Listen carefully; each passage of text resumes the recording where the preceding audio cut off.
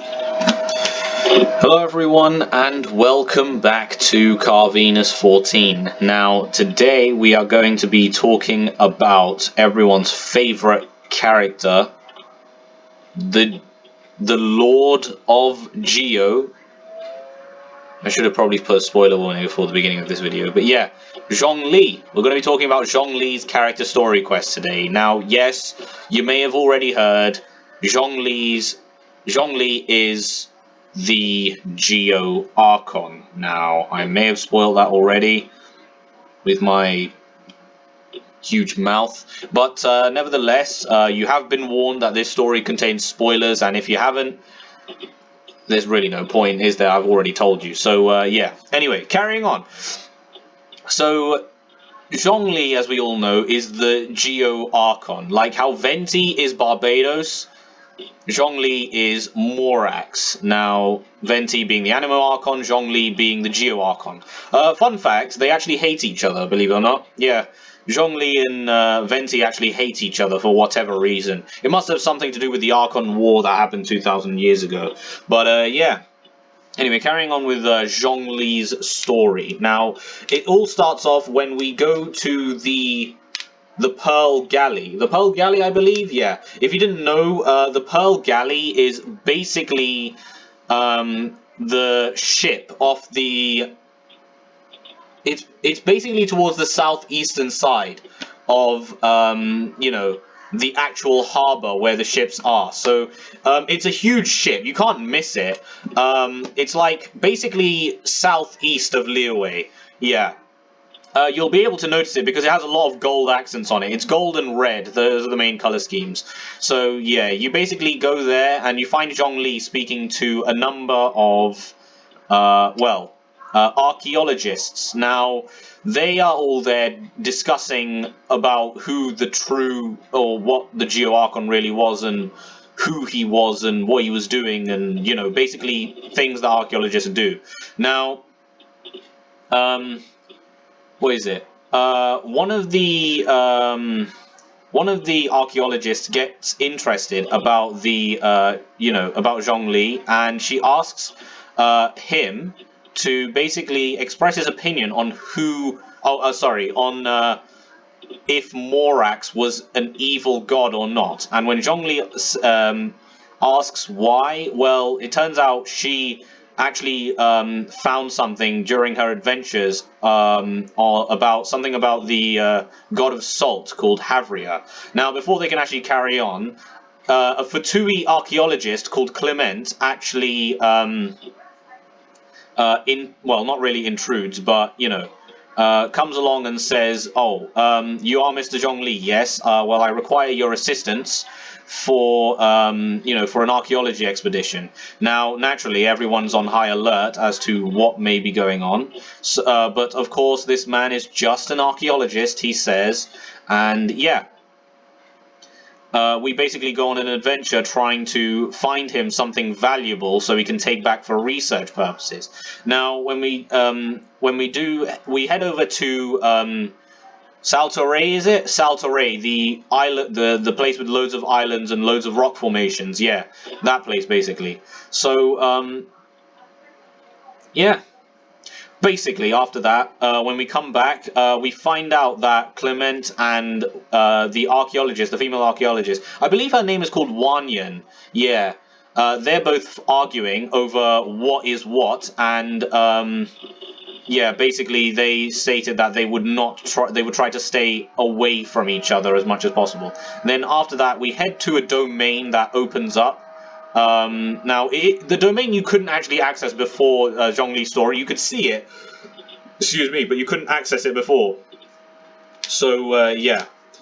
Basically, after that, we do the domain, and then we get to the domain, right? When we get into the domain, there's 3 treasures there. Now, if you didn't know, the first treasure is basically a goblet, I believe. A goblet that pours salt. It's a bottomless goblet that continuously pours salt. Now, this domain, I should say, is the final resting place of Havria, the goddess of salt. So, yeah. now there was a contract before the domain, as so that everyone basically, gets along. Now the contract was you can only claim one treasure per person, and if you don't, well, you'll suffer the wrath of the rock. The wrath of the rock, as Zhongli likes to put it. So yeah, Clement jumps at the chance to basically get the goblet that is bottomless with salt, obviously. Then we head over to the second treasure, which is a ruler. Now, this ruler can generate... I can't remember what the ruler does. I think it can generate salt by, by anything it touches, I believe. And, of course, Clement being a Fatui astrologer, yeah, Fatui person nonetheless, is quite greedy, and he tries to take the second treasure as well. Of course, Zhongli doesn't allow that, and Clement basically suffers the wrath of the rock. Now, it turns out that Clement was using this for selfish gain, so he wanted to basically take something back from Liyue and sell it off in Snezhnaya for a lot of money. So, yeah. I don't know what happened to the goblet that he took. He may have actually ran off with it, so whether we get to Snezhnaya and they are able to claim it back, who knows, but probably not. Anyway, after that, what is it? Wanyan gets the ruler, and yeah, she basically takes the ruler. Now, we get to the third domain, and that is where we find the sword. Now, this sword is quite powerful, as it was the sword that was used by Havria in the Archon War. Now, of course, if Wanyan took that sword, she would break the contract. But nevertheless, she decides to break the contract, as it's vital for her to know what happened to the goddess of the soul. Now, at this point, Havria already reveals to Zhongli and to everyone else, and the Traveler, that she is not here for archaeology. She's just here to find out what really happened to the goddess of salt, as she is one of the goddess of salt's followers. She is Havria's followers, if you didn't know. Now, according to her, she thinks that Havria was actually killed by Zhongli. Sorry, Morax. Because technically Zhongli and Morax are two different people. They're both the same being, but they're two different people. So, yeah.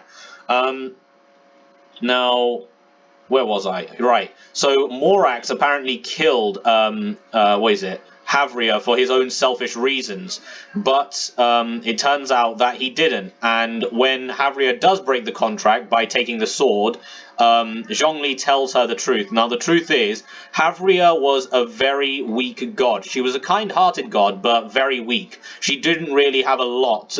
She couldn't really protect her people. So when the Archon War came around, she basically, died, and the way she died, well, she got betrayed, actually.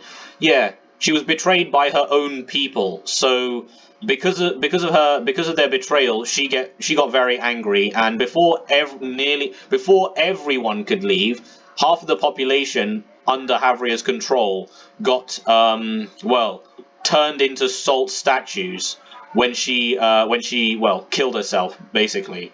So yeah, and then when they head to the area where she died, there's proof there that Havria's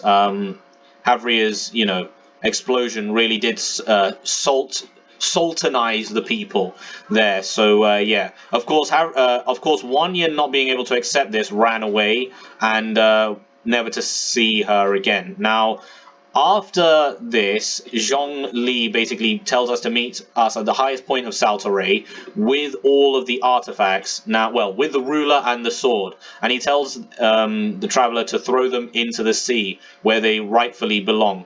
And yeah, that's it, basically. That's the end for Zhongli's story. So yeah, again, another depressing story. Now, I did tell you guys that in Venti's story quest, that the Archon story quests are going to be a little bit emotional, a bit of an emotional roller coaster, just because they've been here for the longest. They've seen a lot of people die, and they've lost a lot of friends and during the Archon War. So clearly they have the most amount of regret and burden on their shoulders. So yeah. Anyway, guys, that's been Zhongli's story. Now, next time we are going to be talking about Albedo's story. So yeah, stay tuned for that. Anyway, guys, I have been Carvenus14 and still am. And I hope you guys enjoy the rest of your day. I will see you soon. Goodbye.